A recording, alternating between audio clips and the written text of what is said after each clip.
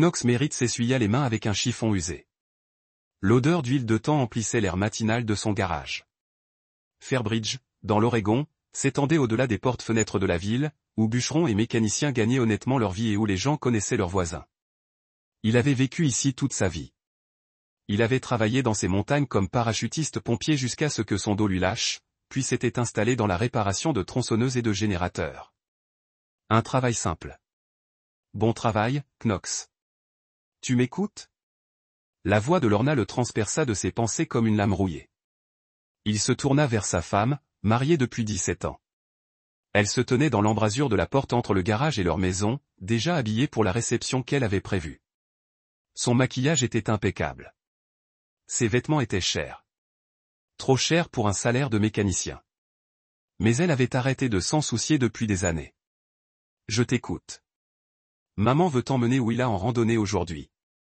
Sentier Eagle Ridge. Lorna consulta son téléphone, évitant son regard. Un moment entre filles, tu sais. Knox posa le carburateur qu'il était en train de nettoyer. Eagle Ridge était un sentier correct. Rien de trop difficile, mais il serpentait à travers un terrain accidenté. Will mentionna vouloir terminer son projet artistique aujourd'hui. Elle pourrait le faire demain. Maureen Stilton apparut derrière Lorna, ses cheveux argentés tirés en arrière suffisamment serrés pour étirer son expression constamment désapprobatrice. L'enfant passe trop de temps à l'intérieur avec ses peintures et ses crayons. Knox avait appris depuis longtemps que se disputer avec sa belle-mère était comme tenter de raisonner un incendie de forêt. Maureen ne lui avait jamais pardonné d'avoir éloigné sa fille de la vie citadine qu'elle avait prévue pour Lorna. Chaque visite lui rappelait qu'il n'était pas assez bon. Il ne le serait jamais. Que veut faire Willow, demanda-t-il. Lorraine haussa les épaules. Elle ira bien. L'air frais lui fera du bien. Par la fenêtre de la cuisine, Knox pouvait voir sa fille de 15 ans à la table à manger, penchée sur une toile avec une intensité concentrée qu'elle apportait à tout ce qui comptait pour elle. Willa avait les cheveux noirs de sa mère, mais les yeux marrons fixes et la nature calme de Knox.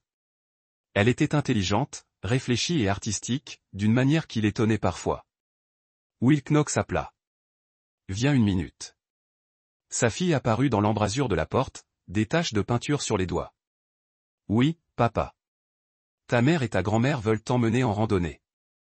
Eagle Ridge. Will jeta un coup d'œil aux trois adultes, lisant l'attention comme toujours. J'espérais finir mon projet aujourd'hui. Il est à rendre lundi. Tu as tout le week-end, dit Maureen d'une voix aigre. Trop de temps seul, ce n'est pas sain pour une fille de ton âge. Tu dois sortir, socialiser. Je ferai une randonnée avec toi et maman. Ce n'est pas vraiment socialiser. Knox remarqua le léger sourire qui éclaira le visage de sa fille. Elle était trop polie pour discuter directement, mais elle avait sa propre façon calme de faire valoir son point de vue. C'est réglé, dit Lorna en se détournant déjà. On part dans 1 heure. On est bien chaussé. Après leur départ, Knox resta dans son garage et tenta de chasser le sentiment de malaise qui l'envahissait. Lorna était distante depuis des mois, peut-être plus longtemps. Elle passait plus de temps sur son téléphone, plus de soirées avec des amis qu'il ne connaissait pas, plus d'argent en vêtements et en voyages auxquels elle ne l'invitait jamais. Lorsqu'il avait essayé d'en parler, elle l'avait accusé d'être paranoïaque et dominateur. Peut-être était-il paranoïaque. Peut-être que 17 ans de mariage et la lente accumulation des déceptions lui avaient fait voir des problèmes là où il n'y en avait pas. Lorna avait épousé un pompier para-incendie qui semblait aventureux et courageux. Au lieu de cela, elle avait trouvé un mécanicien de petite ville aux mains calleuses et aux rêves modestes. Mais Willow était différente. Willow représentait tout ce qu'il y avait de bon chez elle. Tout ce qu'il fallait protéger.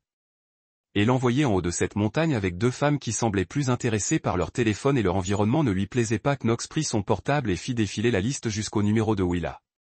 Il commença à taper un message, puis s'arrêta. Elle avait 15 ans, pas 5. Lorna était sa mère. Mais malgré ses angles vifs, ne laisserait rien arriver à sa petite fille. Il rangea son téléphone et se remit au travail. Eagle Ridge serpentait à travers l'épaisse fourrure de Douglas et Madrona, grimpant régulièrement vers la crête.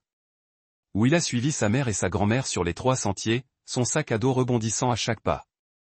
L'air matinal était vif et pur, imprégné d'une odeur de pin et de terre humide.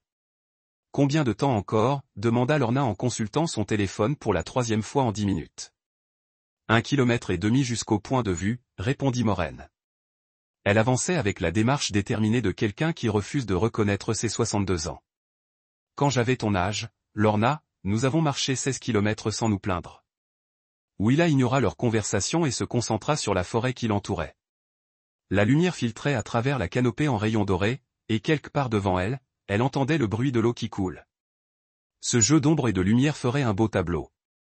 La façon dont les arbres semblaient se pencher vers le sentier comme s'ils partageaient des secrets. Regarde où tu vas. Mais un répondit. Tu es de nouveau en train de rêver.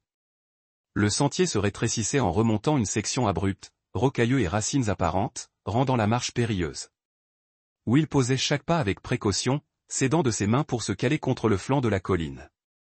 Au-dessus d'elle. Lorna respirait fort, le visage rouge malgré l'air frais.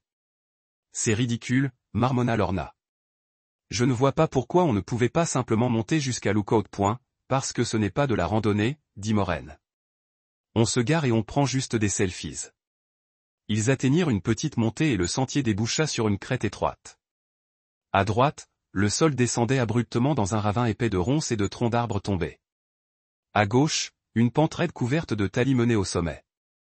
Le sentier lui-même mesurait environ 1 mètre de large, creusé dans le flanc de la colline par des décennies de bottes et d'érosion. Willis contourna prudemment une section dont le bord extérieur s'était effondré, laissant un espace où il serait facile de se coincer un pied.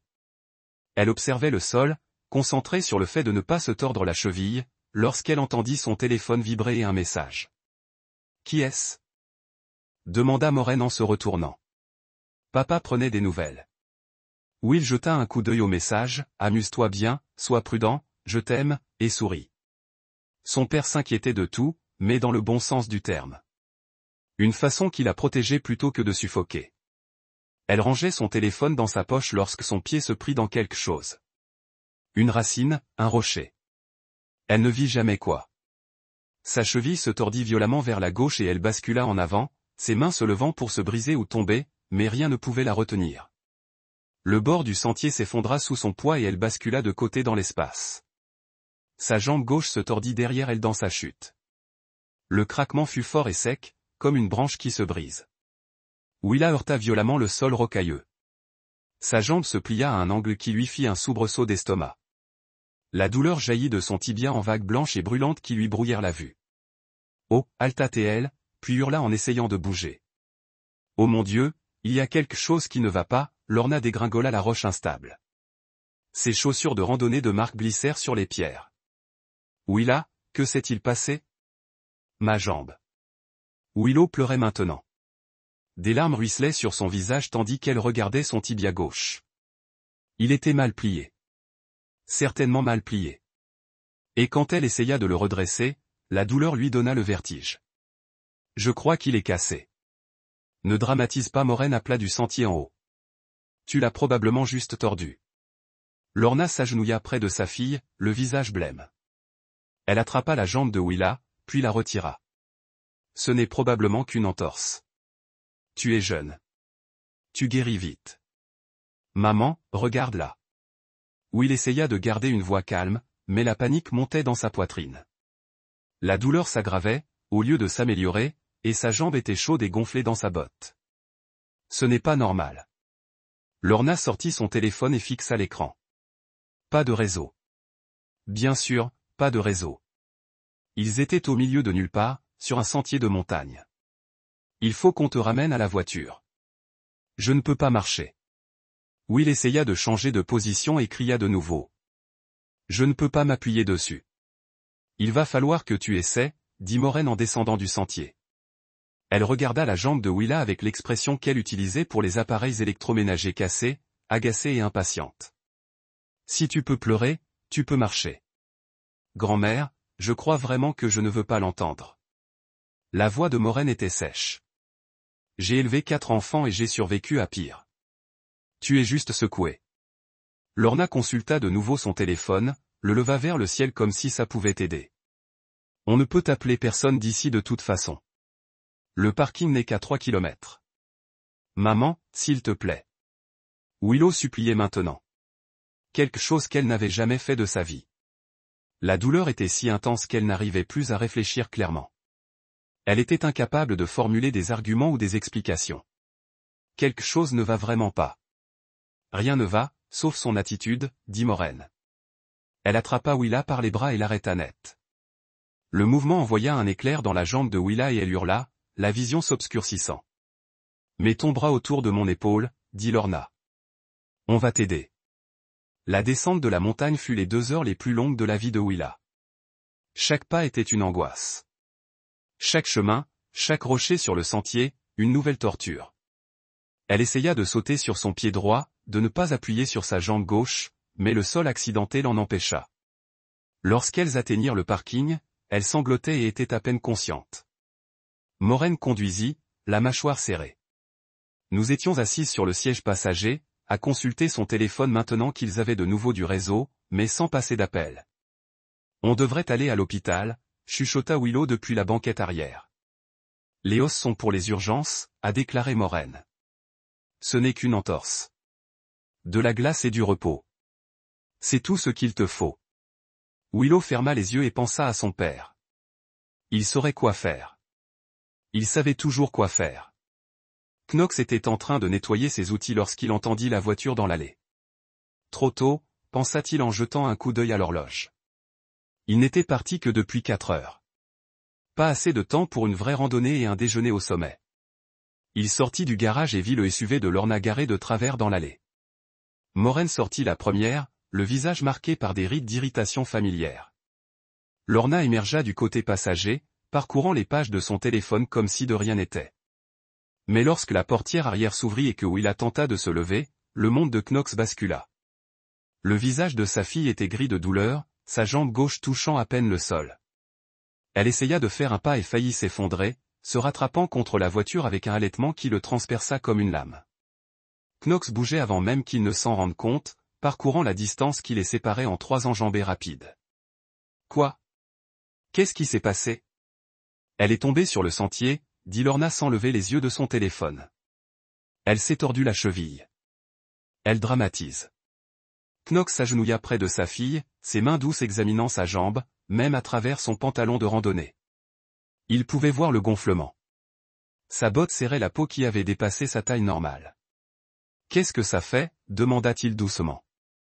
Mon tibia. La voix de Will était à peine un murmure. Papa, je crois qu'il est cassé. Knox leva les yeux vers sa femme. Cela fait combien de temps? Il y a quelques heures, dit Lorna. Nous l'avons aidé à redescendre. Elle s'en est bien sortie. Tu l'as fait marcher là-dessus. La voix de Knox était toujours calme, mais un frisson lui traversa la poitrine. Il regarda Maureen, qui se tenait près de la porte d'entrée comme si elle voulait s'échapper. Tu l'as fait marcher 3 kilomètres avec une jambe cassée. Elle n'est pas cassée, dit Maureen.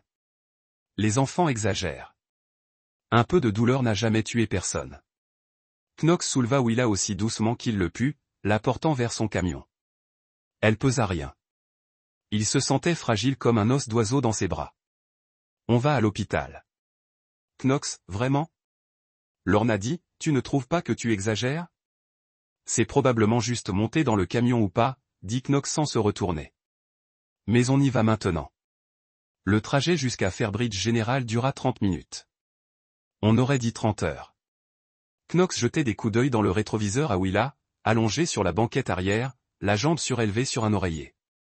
Elle ne pleurait plus, mais son silence était pire que des larmes. Lorna était assise sur le siège passager, bavardant de tout et de rien, la météo, les soldes dans son magasin préféré, ce qu'ils allaient manger pour le dîner.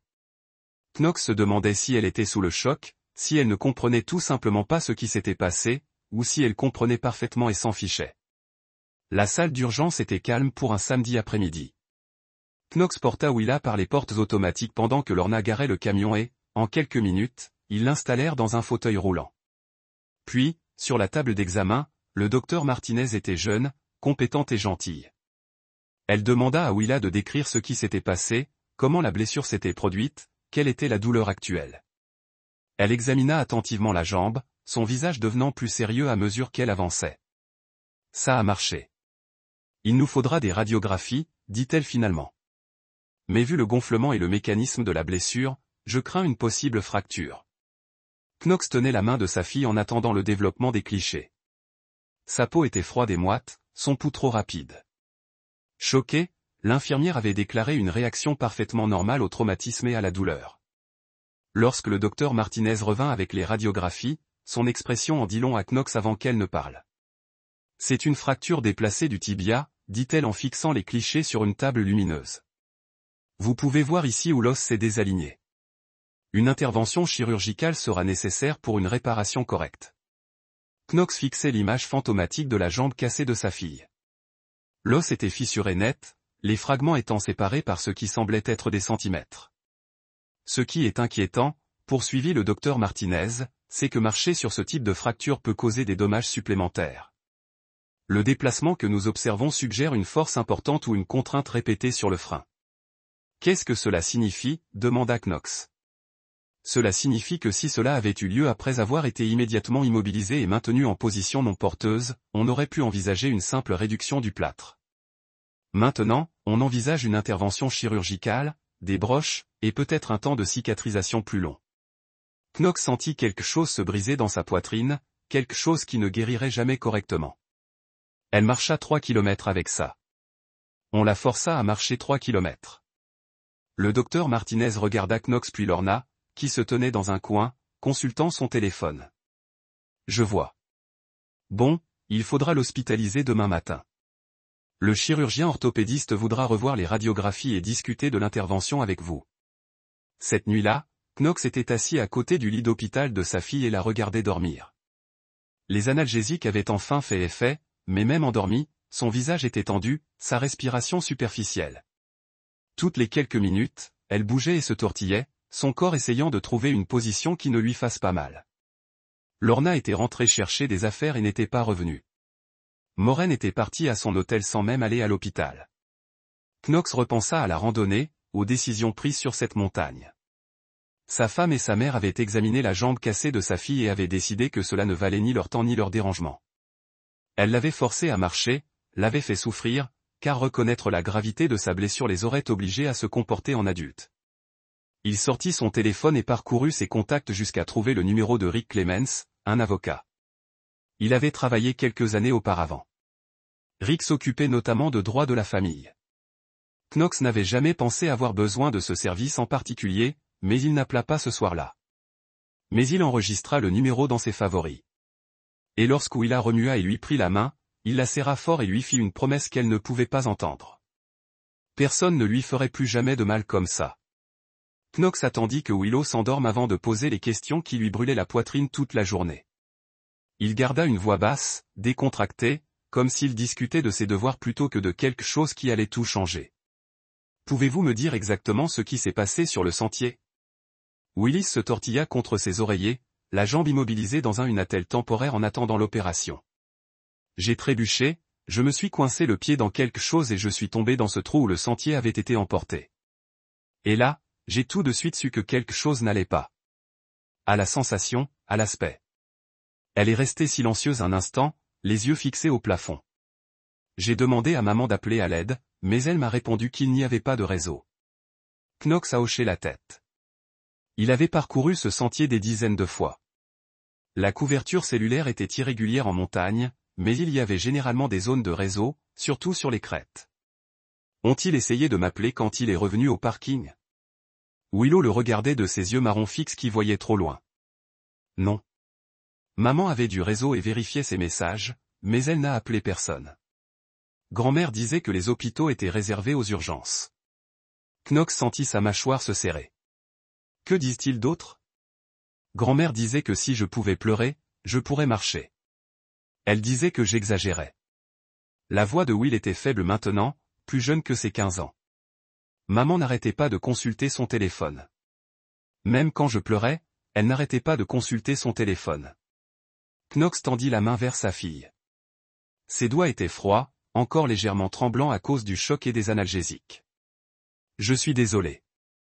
Ce n'est pas ta faute, papa. Mais c'était d'une manière que Knox commençait à peine à comprendre.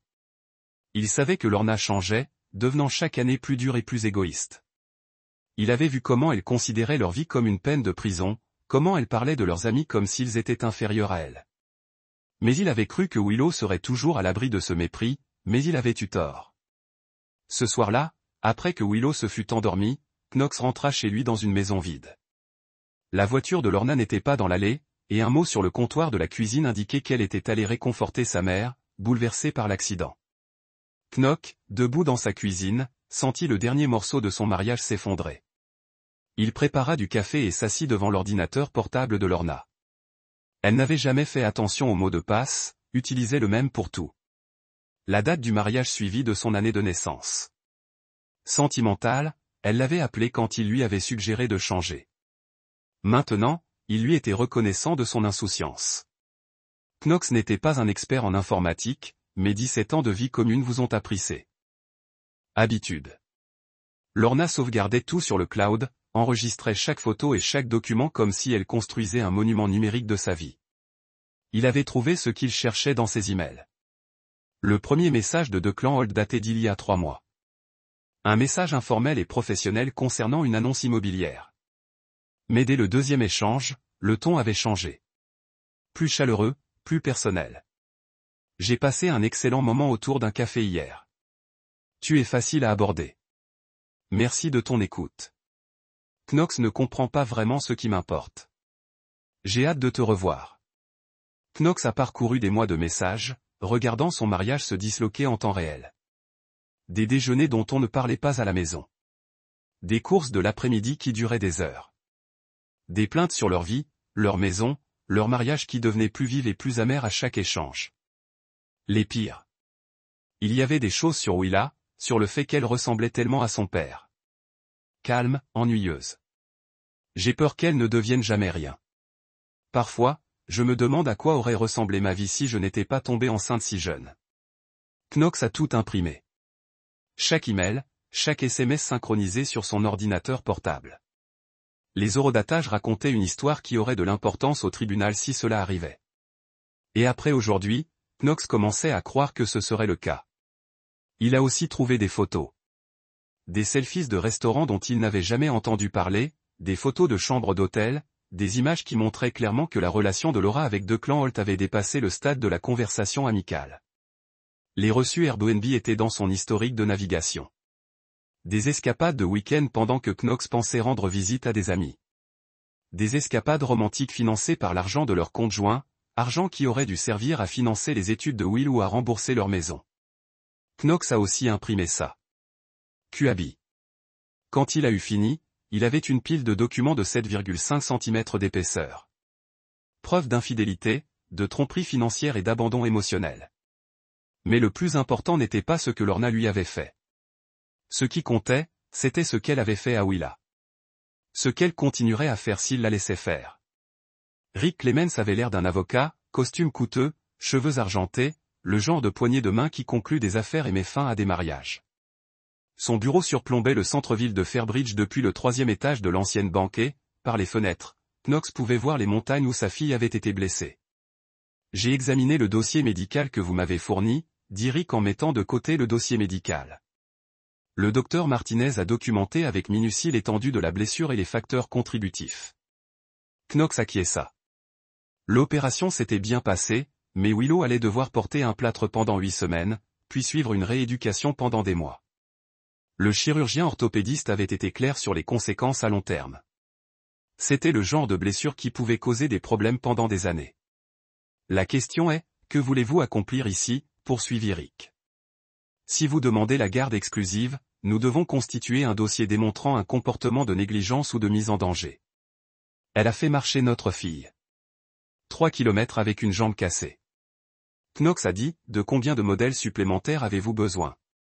C'est un incident convaincant, mais les juges des affaires familiales l'ont déjà vu. Ils recherchent des schémas documentés, des preuves corroborantes, des évaluations professionnelles. Rick, penchez-vous en avant. La bonne nouvelle, c'est que vous avez des bases solides. Le dossier médical est accablant, en particulier les notes du docteur Martinez concernant les dommages supplémentaires causés par la marche sur la fracture. Knox avait lu ces notes tellement de fois qu'il les mémorisait. Déplacement compatible avec une mise en charge continue après la fracture initiale. Recommander une consultation orthopédique immédiate pour une réparation chirurgicale. Que faut-il d'autre?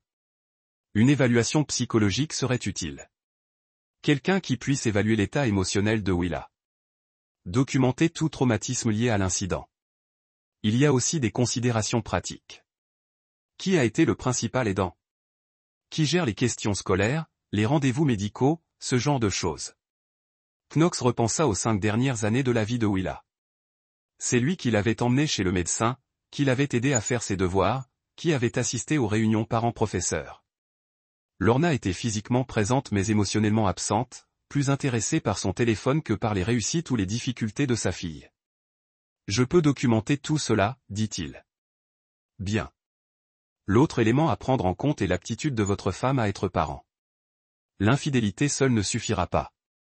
Les tribunaux ne se soucient guère des relations extra-conjugales, sauf si elles ont un impact direct sur l'enfant. Mais si nous pouvons démontrer une tendance à privilégier ses propres intérêts au détriment du bien-être de Willa. Knox a fait glisser la pile de courriels imprimés sur le bureau. Elle a une liaison depuis des mois, dépensant de l'argent en hôtel et en voyage tandis que Willa a besoin de nouveaux vêtements pour l'école. Elle se plaint de sa fille à son petit ami, la qualifiant d'ennuyeuse et sans ambition. Rick a feuilleté les pages, son expression devenant plus sérieuse à mesure qu'il lisait. C'est bien. Très bien. Comment avez-vous obtenu cela? Son ordinateur portable. Elle vous a donné le mot de passe il y a des années. Elle ne l'a jamais changé. Techniquement légal puisqu'il s'agit d'un appareil domestique partagé, et vous aviez la permission d'y accéder, a dit Rick. Cependant, nous voulons être prudents dans la manière dont nous présentons cela au tribunal. Le contenu est plus important que la méthode. Ils ont passé l'heure suivante à examiner les preuves, établissant une chronologie des négligences et des troubles émotionnels de Laura. Retrait. Rick prenait des notes d'une écriture précise, posant des questions auxquelles Knox n'avait pas pensé. Sa femme avait-elle déjà fait des commentaires désobligeants sur Willa devant l'enfant? Knox repensa au dîner de famille où Lorna avait critiqué les notes de Willa, ses amis, ses centres d'intérêt, de petites cruautés qui semblaient être une frustration parentale normale à l'époque, mais qui paraissent différentes dans ce contexte. Oui, régulièrement. A-t-elle manqué des événements importants, des pièces de théâtre, des expositions d'art, des événements sportifs? Elle en a manqué la plupart. Elle a toujours autre chose à faire. Et le jour de l'incident de la randonnée, qui avait eu l'idée d'emmener Willow? Knox marqua. Une pause. C'était un détail auquel il n'avait pas prêté attention auparavant. Celle de sa mère. Maureen avait insisté pour que Willow vienne. Même si Willow voulait rester à la maison et terminer un projet scolaire. Rick prit une autre note. Alors, la grand-mère a fait pression sur l'enfant pour qu'elle participe à une activité qu'elle ne voulait pas faire, puis a minimisé sa blessure lorsqu'elle était blessée. C'est le genre de comportement qui ne se limite pas à sa femme. À la fin, Knox avait clairement compris ce qui allait suivre. Rick déposerait une demande de garde d'urgence sur la base des preuves médicales, puis constituerait le dossier pour la garde permanente au cours des semaines suivantes. Ce serait coûteux, émotionnellement épuisant, et il n'y avait aucune garantie. Mais quand Knox repensait à Willow allongée dans ce lit d'hôpital, à la confiance dans son regard lorsqu'elle lui avait tendu la main, il savait qu'il n'avait pas le choix. Encore une chose, dit Rick alors que Knox se levait pour partir. Soyez très prudent dans vos interactions avec votre femme à l'avenir. Ne lui donnez aucune arme à utiliser contre vous. Pas de confrontation violente, pas de menaces, rien qui puisse être interprété comme un comportement intimidant. Knox serra la main de l'avocate. Je n'aurai pas besoin de la menacer. Les faits parleront d'eux-mêmes. Cet après-midi-là, Knox se rendit au cabinet du docteur Janet Walsh, une psychologue pour enfants recommandée par Rick. Le docteur Walsh était plus âgé, une grand-mère, avec une présence calme qui rassure probablement même les enfants traumatisés. J'aimerais que Willa raconte son histoire avec ses propres mots, expliqua le docteur Walsh. Pas de questions suggestives, pas de pression pour dire ce qu'elle pense que vous voulez entendre, juste les faits tels qu'elle s'en souvient. Knox attendait dans le bureau extérieur pendant que sa fille parlait à un inconnu du pire jour de sa vie. À travers la porte close, il entendait le murmure des voix, mais pas les mots. La voix de Willa était posée, maîtrisée. Elle était la fille de son père, dans ce sens. Jamais du genre à dramatiser ou à exagérer. Lorsqu'ils réapparurent une heure plus tard, l'expression du docteur Walsh était soigneusement neutre. Mais Knox perçut dans son regard quelque chose qui ressemblait à de la colère. Nous aurons un rapport écrit prêt d'ici la fin de la semaine, dit-elle. Mais je peux vous dire dès maintenant que Willa est une jeune femme remarquablement résiliente. Elle assimile cette expérience avec une maturité à la fois impressionnante et déchirante. Knox aida sa fille à regagner le camion, la regardant manœuvrer les béquilles avec la même détermination tranquille qu'elle mettait en tout le reste.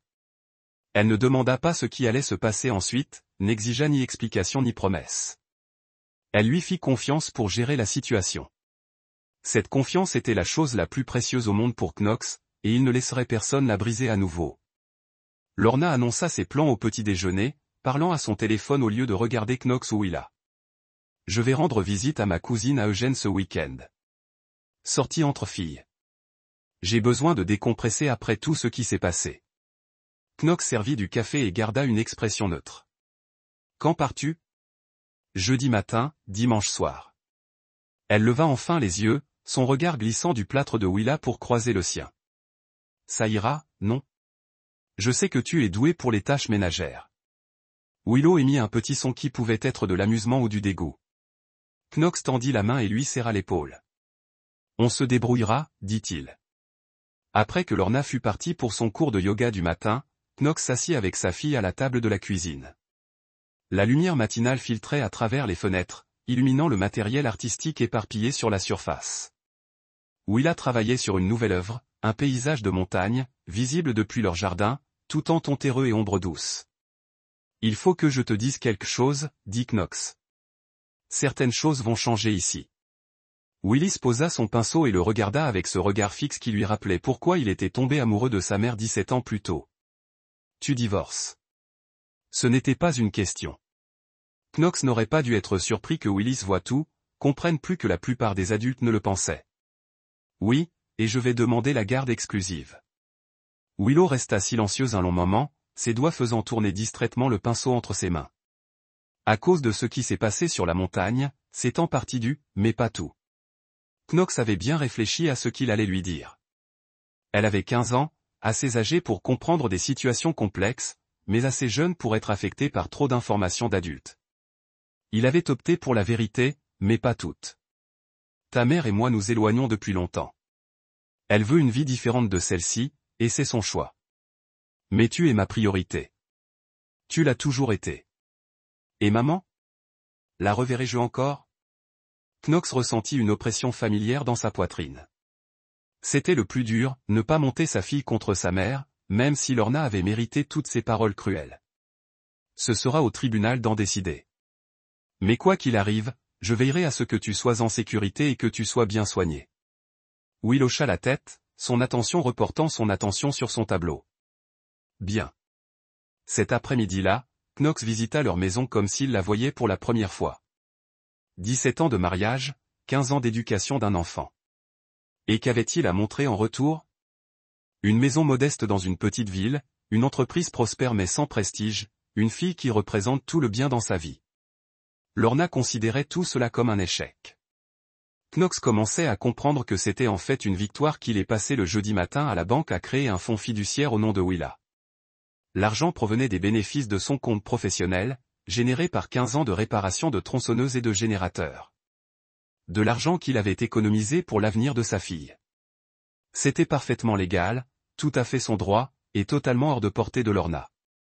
Le serrurier est venu jeudi après-midi pendant que Willow était à l'école. Knox avait hésité entre cette décision et Rick, qui avait clairement indiqué que Lorna comptait se battre pour la garde de ses enfants. Il devait contrôler l'accès à sa maison et à ses filles. Juste les portes extérieures. Demanda le serrurier. Tous. Avant, dos, garage, tout. Knox a gardé un ensemble de clés pour lui-même, a donné un autre à Willa et a mis le troisième set dans la compartimentation à gants de son camion. Lorsque Lorna est rentrée à la maison dimanche soir, elle se retrouve verrouillée hors de la maison qu'elle ne voulait jamais vraiment de toute façon. Vendredi matin, la visite du député. Marshall, une jeune femme que Knox savait depuis qu'elle était au lycée. Elle s'est transportée avec une autorité silencieuse de quelqu'un qui avait vu suffisamment de situations domestiques pour savoir quand les choses allaient se compliquer. « J'ai des papiers à servir », a-t-elle dit, en tenant une enveloppe de manille. La pétition de garde d'urgence, la demande d'ordonnance d'interdiction et les documents de divorce. Votre avocat dit que l'intimé devrait être de retour dimanche soir. Knox hocha la tête. Rick avait tout parfaitement chronométré. Lorna reviendrait de son week-end romantique pour retrouver son monde modifié en permanence. Pas le temps de préparer, aucune possibilité de cacher des actifs ou des témoins entraîneurs. Elle ne va pas bien prendre ça. Knox a dit, ils ne le font généralement pas. Vous voulez vous assurer que votre fille n'est pas là lorsque je serre les papiers. Les choses peuvent devenir émotionnelles. Knox avait déjà pris des dispositions pour que Willa passe dimanche soir avec son amie Emma, une soirée pyjama. Parfaitement normal pour une fille de 15 ans. Les parents d'Emma étaient de bonnes personnes qui connaissaient Willa depuis l'école élémentaire. Ils la garderaient en sécurité pendant que son monde a changé autour d'elle. Samedi après-midi, Knox se tenait dans son garage et regardait la durée de vie. Sion qui a signifié la maison et le travail honnête. Dimanche soir, Knox s'est assis à sa table de cuisine et a attendu. Entrée où Lorna garrait la porte d'entrée. Où elle a essayé de déverrouiller avec des clés qui ne fonctionnaient plus. En quelques heures, tout serait en mouvement. Pas de retour, pas de seconde chance, pas de place pour le pardon. Qu'il pensait à l'homme qu'il était il y a 20 ans plus jeune, plus optimiste, croyant toujours que l'amour pouvait surmonter n'importe quel obstacle. Cet homme aurait combattu pour son mariage, aurait essayé des conseils et des compromis et tous les outils que les gens utilisent pour reconstruire des relations rompues. Mais cet homme n'avait jamais regardé sa fille pleurer de la douleur tandis que les gens qui étaient censés le protéger vérifient leur téléphone et se plaignent des inconvénients. Knox n'était plus cet homme. Et il était reconnaissant pour le changement.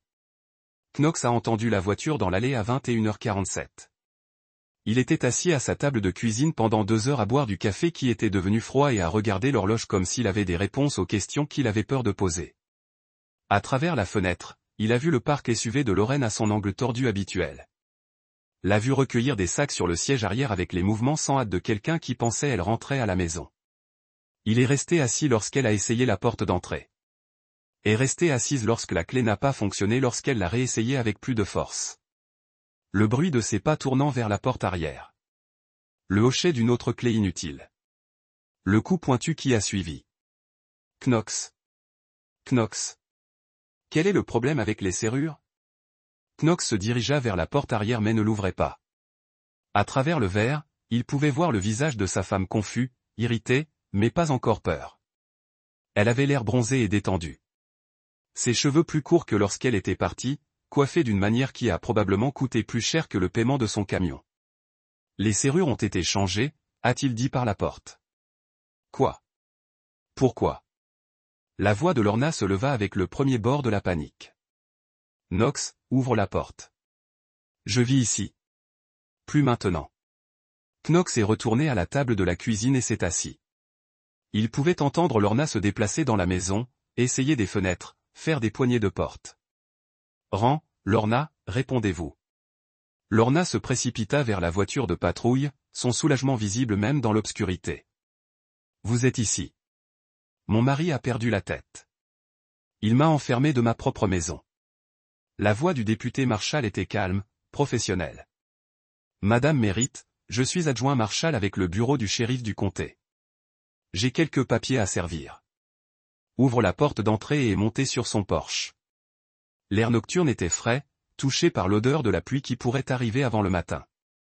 Au loin, il pouvait entendre le coup de sifflet d'un train de marchandises se dirigeant vers l'est à travers les montagnes, transportant sa cargaison vers le lever du soleil et les destinations inconnues. Quel papier? Lorna regarda entre Knox et le député, son visage pâle dans la lumière du porche. Que se passe-t-il? Le député Marshall a ouvert les limites et a retiré 3 documents distincts. On vous sert avec une requête en garde à vue, une demande d'ordonnance de contente et des documents de divorce. Vous avez le droit à la représentation légale et l'obligation de comparaître devant le tribunal comme spécifié dans ces documents. Lorna a regardé les documents comme s'ils ont été écrits dans une langue étrangère. Knox est descendu du porche, assez proche pour voir clairement le visage de sa femme, mais attention à garder ses distances. Le député Marshall l'avait prévenu des apparences, de donner à Lorna tout ce qu'elle pouvait utiliser pour revendiquer l'intimidation ou le comportement menaçant. C'est ce qui se passe lorsque vous faites marcher notre fille à 2 miles sur une jambe cassée. Dit doucement Knox. C'était un accident. Elle ne sentait pas de ma faute. Vous aviez le choix quand elle est tombée. Vous avez choisi votre commodité sur son bien-être. La voix de Lorna a craqué avec la première vraie émotion que Knox avait entendu parler d'elle depuis des mois. J'ai fait une erreur. Les gens font des erreurs, Knox. Vous ne pouvez pas détruire une famille sur une seule erreur. Knox a regardé sa femme, la regarda vraiment pour la première fois depuis des années. Elle était toujours belle, toujours la femme qui avait tourné la tête à une foire du comté quand ils étaient à la fois jeunes et pleins de rêves. Mais quelque part en cours de route, elle devenait quelqu'un d'autre. Quelqu'un qui pourrait regarder la douleur de leur fille et ne voir que des inconvénients. Ce n'était pas une erreur, a-t-il dit. C'était 17 ans d'erreur. J'ai finalement cessé de prétendre qu'il n'avait pas d'importance. Le député Marshall s'éclaircit la gorge. Madame Merritt, avez-vous un endroit où rester ce soir? Vous ne pouvez pas retourner à cette résidence avant l'audience de l'ordonnance d'interdiction. Lorna a regardé du député à Knox à la maison qui était à sa maison depuis 15 ans. C'est fou. Vous ne pouvez pas simplement me jeter comme des ordures. Vous n'êtes pas des ordures, a déclaré Knox. Vous n'êtes plus les bienvenus ici. Une deuxième voiture s'est transformée en l'allée que la berline argentée de Moraine. Se déplaçant assez vite pour suggérer de la panique. La belle-mère de Knox a éclaté du siège du conducteur comme une femme de la moitié. De son âge, le visage se tordit par outrage. Quelle est la signification de cela? Demanda Moraine, se dirigeant vers le groupe. Le devoir, je veux que cet homme soit arrêté pour harcèlement. Le député Marshall est entré entre Morin et Knox, sa main se déplaçant instinctivement vers une radio. Madame, j'ai besoin que vous vous calmez et restez en arrière. C'est la maison de ma fille. Il n'a pas le droit de la verrouiller. En fait, madame, Monsieur Merritt a parfaitement sécurisé sa propriété. Ce sont des documents juridiques servis à travers les canaux appropriés. Les yeux de Moraine ont trouvé Knox sur l'épaule du député. Knox a répondu, elle a 15 ans. Elle est tombée et s'est blessée. Les enfants le font tout le temps. Knox sentit quelque chose de froid et de final se déposer dans sa poitrine. Les enfants tombent. Les adultes ne les font pas marcher sur des os cassés pendant 2 heures pendant qu'ils vérifient leur téléphone. Nous avons fait ce que nous pensions mieux. Non. La voix de Knox a traversé l'air nocturne comme une lame. Vous avez fait ce qui était le plus facile pour vous. Il y a une différence. Le député Marshall a remis à Laura les papiers, sa voix revenant aux affaires officielles. Madame Merritt, vous avez 48 heures pour garantir une représentation légale. L'audience de garde d'urgence est prévue mercredi matin à 9 heures dans la salle d'audience du juge Rodriguez. Lorna serra les papiers contre sa poitrine comme un bouclier. Knox, s'il vous plaît, nous pouvons résoudre ce problème. Nous n'avons pas besoin d'avocat devant les tribunaux. Nous avions besoin de vous pour vous soucier du bien-être de notre fille. Dit Knox. Ce navire a navigué. Moraine a attrapé le bras de sa fille. Allez, nous irons à mon hôtel le matin. Nous appellerons le meilleur avocat de Portland et combattre cette accusation ridicule. Alors que je me dirigeais vers la voiture de Méun, Warner a reculé une dernière fois.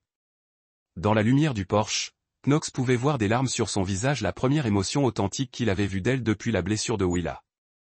Je l'aime aussi, a déclaré Lorna. C'est ma fille. Knox se tenait sur son Porsche et regarda les feux arrière disparaître sur la route de montagne. La nuit était à nouveau calme, paisible d'une certaine manière qu'elle ne l'était pas depuis des mois.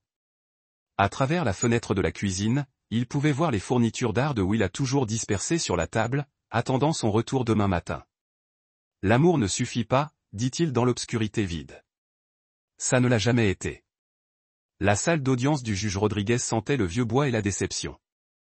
Knox s'est assis à la table du demandeur avec Rick Clemens, regardant sa femme et son avocat, une femme au visage vif de Portland, qui semblait avoir facturé plus par heure que Knox, fabriqué en une semaine, a organisé leurs papiers avec la précision des chirurgiens. Moraine était assis dans la galerie derrière Lorna, son visage était en ligne d'indignation juste. Elle a essayé de s'approcher de Knox dans le couloir avant l'audience, mais Rick l'avait intercepté avec la fermeté polie d'un homme qui avait traité trop d'affaires du tribunal de la famille pour être surpris par quoi que ce soit. Monsieur Merritt, le juge Rodriguez a commencé à régler ses lunettes de lecture et à ouvrir le dossier. Vous recherchez la garde d'urgence de votre fille de 15 ans sur la base d'allégations de négligence lors d'un incident de randonnée. Monsieur Clemens, veuillez présenter votre cas. Rick s'est levé et a déménagé au centre de la salle d'audience. Il était bon dans ce domaine, calme, méthodique, laissant les faits parler d'eux-mêmes sans drame inutile. Votre honneur, le matin du 15 octobre, l'enfant mineur a subi une fracture tibiale déplacée lors d'une expédition de randonnée avec sa mère et sa grand-mère maternelle. Malgré des signes évidents de blessures graves, l'enfant a été contraint de marcher environ 2 mètres sur la jambe cassée tandis que les adultes responsables l'ignoraient s'il vous plaît pour des soins médicaux. Rick a placé les dossiers médicaux sur le tableau d'épreuve. Le rapport du docteur Martinez stipule clairement que le déplacement de la fracture était conforme à un poids continu après la pause initiale. En termes profanes, votre honneur, faisant marcher cet enfant sur sa jambe cassée a causé des dommages supplémentaires qui nécessiteront une intervention chirurgicale et des mois de réadaptation. Knox regarda le visage de Lorna pendant que Rick parlait. Elle essayait de paraître composée, mais il pouvait voir la tension dans sa mâchoire, la façon dont ses mains saisissaient le bord de la table. Son avocat, Mademoiselle Brennan, selon la plaque de nom devant elle, prenait des notes avec des coups aigus et en colère. En outre, Rick a poursuivi, cet incident représente un modèle de négligence et d'indisponibilité émotionnelle qui a caractérisé la parentalité de Madame Merritt depuis plusieurs années. Monsieur Merritt a été le principal soignant, géré les conférences scolaires, les nominations médicales et les réponses parentales quotidiennes. Autres intérêts, Madame Merritt est engagée dans une affaire extramère depuis environ 6 mois, votre honneur. Pendant ce temps, elle a détourné les ressources familiales pour financer des escapades romantiques tout en négligeant les besoins émotionnels et physiques de sa fille. Mademoiselle Brennan se tenait rapidement. Objection, votre honneur. Les difficultés conjugales de Monsieur Merritt n'ont aucune incidence sur cette question de garde. Ils le font lorsqu'il démontre un modèle de mise en place de ses propres désirs avant le bien-être de son enfant. Rick a répondu en douceur. La Cour trouvera des preuves documentées de Madame Merritt exprimant son ressentiment envers sa fille dans les communications avec son partenaire romantique. Knox avait lu ces messages tant de fois qu'ils ont été brûlés dans sa mémoire. Elle ressemble tellement à son père. Calme et ennuyeux. Parfois, je me demande à quoi cela aurait été ma vie si je n'étais pas enceinte si jeune. Le juge Rodriguez a étudié les documents que Rick avait soumis. Je vais autoriser les preuves en ce qui concerne la forme physique des parents. Mademoiselle Brennan, votre réponse. L'avocat de Lorna se leva et lisse sa jupe, projetant la confiance que Knox ne pensait pas qu'elle ressentait. Votre honneur, ce qui est arrivé à Merritt a été un accident tragique, mais c'est tout. C'était un accident. Madame Merritt et sa mère ont pris les meilleures décisions possibles avec les informations à leur disposition à l'époque. Madame Brennan a déménagé pour se tenir derrière la chaise de Laura, une main reposant de manière protectrice sur l'épaule de son client. Madame Merritt est une mère dévouée qui a fait un jugement difficile dans une situation stressante. Détruire une famille sur un incident, quelle que soit la malheureuse, établit un précédent dangereux qui terroriserait tous les parents de cet État. Knox sentit sa mâchoire serrée. Un incident comme si 17 ans de négligence émotionnelle pouvait être rejeté si facilement. En outre, Madame Brennan a poursuivi, la réaction extrême de Monsieur Merritt à cette situation, changeant de verrou, gel des actifs, déposant pour la garde d'urgence suggère à quelqu'un qui est instable et vindicatif plutôt que protecteur. Le juge Rodriguez a regardé Knox sur ses lunettes de lecture. Monsieur Merritt, pouvez-vous répondre à cette caractérisation? Knox se tenait lentement, conscient que chaque mot qu'il a prononcé pourrait déterminer l'avenir de sa fille. Rick l'avait entraîné en ce moment. Restez calme. S'en tenir aux faits. Ne laissez pas l'émotion remplacer la logique. Votre honneur, j'ai changé les serrures pour protéger ma fille des personnes qui ont démontré qu'ils ne pouvaient pas faire confiance à son bien-être. J'ai obtenu nos actifs financiers pour s'assurer que les besoins de Willa seraient satisfaits, quelle que soit la façon dont cette affaire se déroule. Et j'ai demandé la garde d'urgence parce que regarder ma fille souffrir pendant que sa mère vérifiait son téléphone m'a appris que certaines situations nécessitent une action immédiate. Il s'arrêta, regardant directement Lorna pour la première fois depuis son entrée dans la salle d'audience. Je ne suis pas vindicatif, votre honneur. Je suis un père qui comprend enfin que protéger son enfant signifie plus que de maintenir la paix. Madame Brennan a essayé une approche différente. Votre honneur, Madame Merritt admet que des erreurs ont été commises lors de l'incident de randonnée. Elle est prête à suivre des cours de parentalité, des conseils familiaux, tout ce que le tribunal juge nécessaire pour reconstruire la relation avec sa fille. La relation n'a jamais été construite en premier lieu, a déclaré Knox tranquillement. Le juge Rodriguez leva la main. Monsieur Merritt, veuillez laisser le conseil terminer. Madame Merritt aime sa fille et veut faire partie de sa vie. Mademoiselle Brennan a déclaré que la séparation de cette relation serait complètement traumatisante pour un enfant qui a déjà suffisamment souffert. De la galerie, la voix de Morin a traversé l'atmosphère formelle comme une cirouille. C'est une question d'argent. Il essaie de voler nos actifs. Gavel du juge Rodriguez est tombé dur. Madame, vous resterez silencieux ou vous serez retiré de ma salle d'audience. Madame Brennan grimaça. Votre honneur, je m'excuse pour l'explosion. Madame Stilton, a déclaré le juge Rodriguez, en regardant directement Moren. Je comprends que vous étiez présent lors de l'incident de randonnée. Moren se tenait apparemment incapable de résister à l'opportunité de se défendre. Oui, votre honneur. J'ai élevé 4 enfants et je connais la différence entre une véritable urgence et des dramatiques chez les adolescents.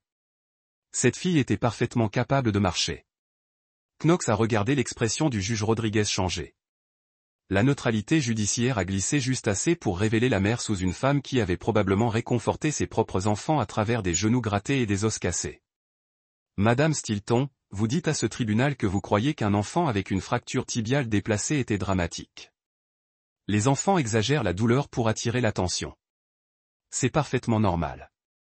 Avez-vous vu les radiographies de l'hôpital? Madame Stilton. La confiance de Moren clignote. Eh bien, non, mais comment pouvez-vous déterminer ce qui était normal dans cette situation? Mademoiselle Brennan était debout en essayant de sauver les dégâts. Votre honneur, Madame Stilton n'est pas partie à ce différend de garde. Non, mais elle était une soignante pendant l'incident en question. Son jugement a directement touché le bien-être de l'enfant mineur.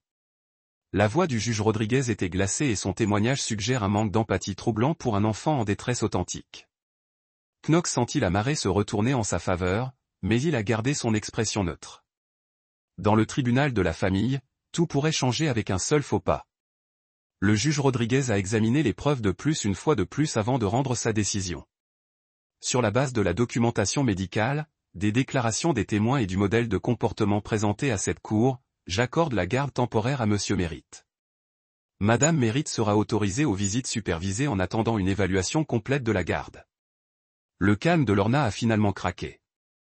Votre honneur, s'il vous plaît. C'est ma fille. Madame Merritt. Votre fille a besoin d'une intervention chirurgicale pour réparer les dommages qui auraient pu être empêchés avec des soins appropriés jusqu'à ce que notre tribunal soit convaincu que vous pouvez hiérarchiser son bien-être sur votre propre commodité. La visite supervisée est le plus de contact que je suis prêt à autoriser.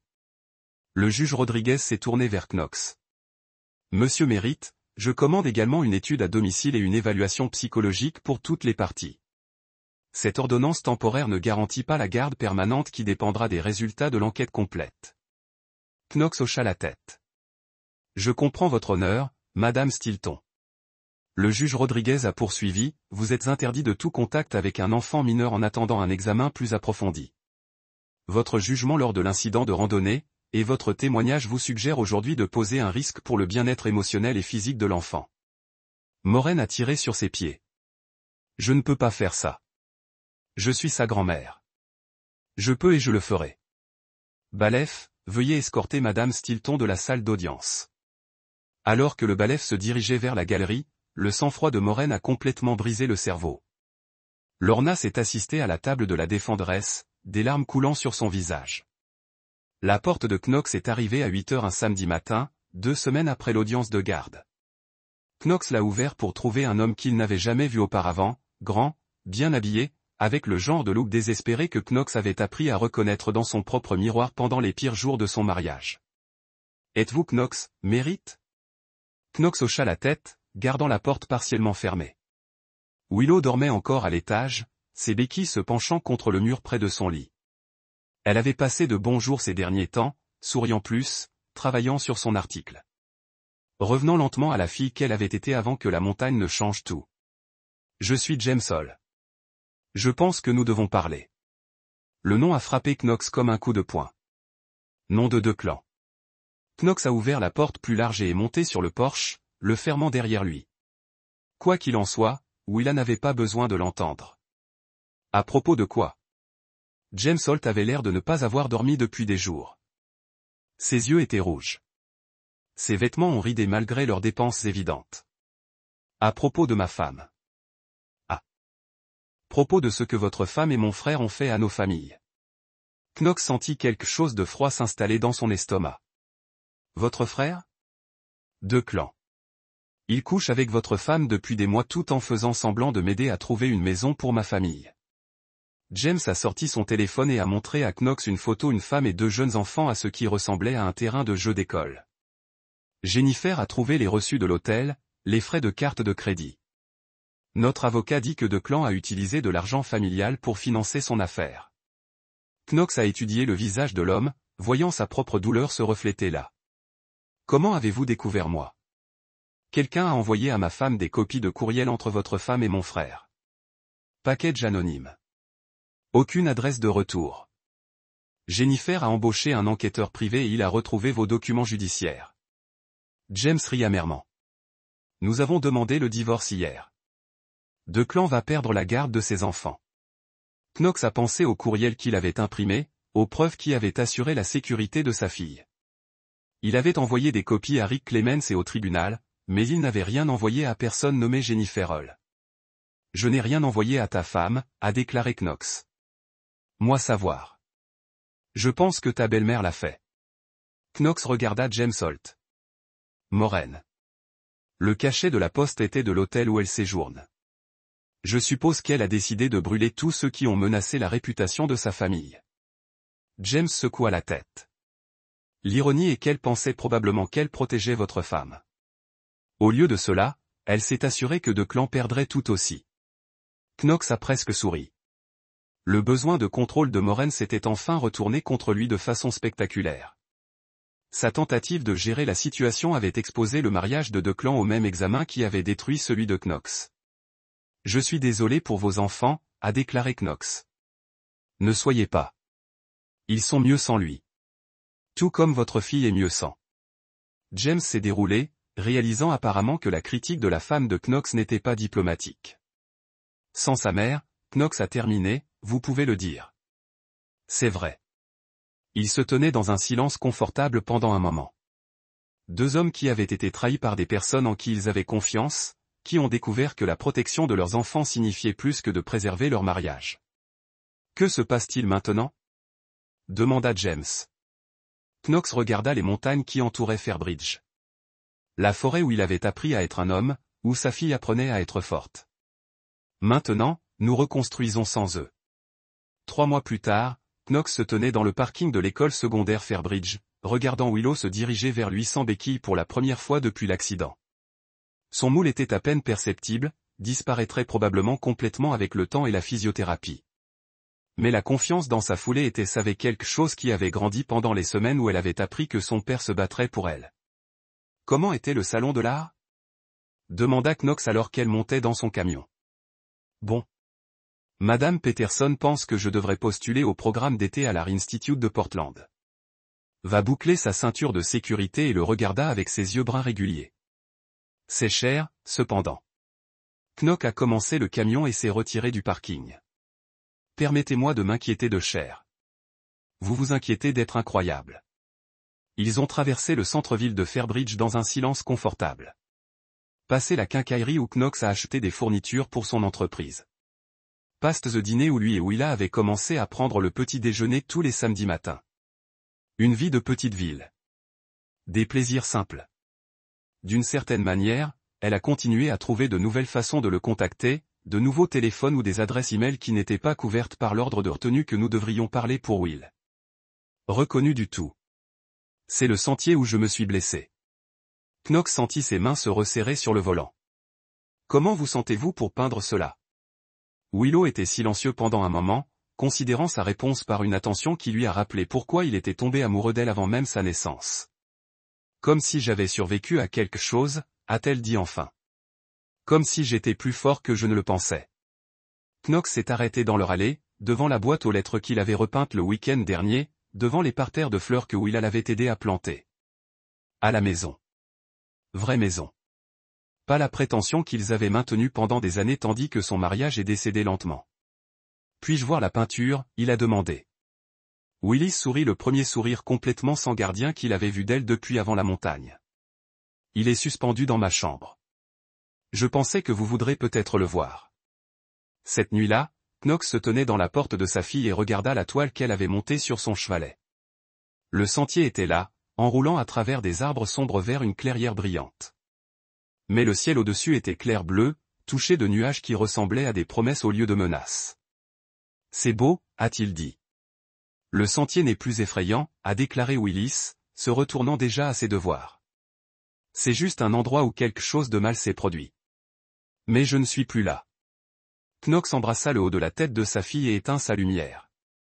Dans le couloir, il s'arrêta pour regarder la photo sur le mur, lui et Willa à son diplôme de 8e année. Tous deux souriant à la caméra comme s'ils partageaient un secret. Ils avaient l'air heureux à l'époque, mais Knox savait maintenant que ce n'était qu'un bonheur partiel, le genre que vous ressentiez quand vous ne saviez pas ce qui vous manquait. Maintenant, il savait et il ne laisserait jamais personne le retirer. Son téléphone a bourdonné une fois de plus. Un autre message d'un autre numéro. Il n'a pas reconnu que j'ai fait des erreurs, mais je l'aime. Ne pouvons-nous pas trouver un moyen de déterminer cela? Knox a frappé avec soin sa réponse, sachant que ce serait son dernier mot sur le sujet. Vous aviez 17 ans pour l'aimer. Je ne te laisserai plus la blesser. Puis il a bloqué le numéro et a éteint son téléphone. Demain apporterait de nouveaux défis, de nouvelles opportunités pour sa fille de grandir et d'apprendre et de devenir la femme remarquable qu'il pouvait déjà voir dans ses yeux stables et sa force tranquille. Mais ce soir, elle était en sécurité.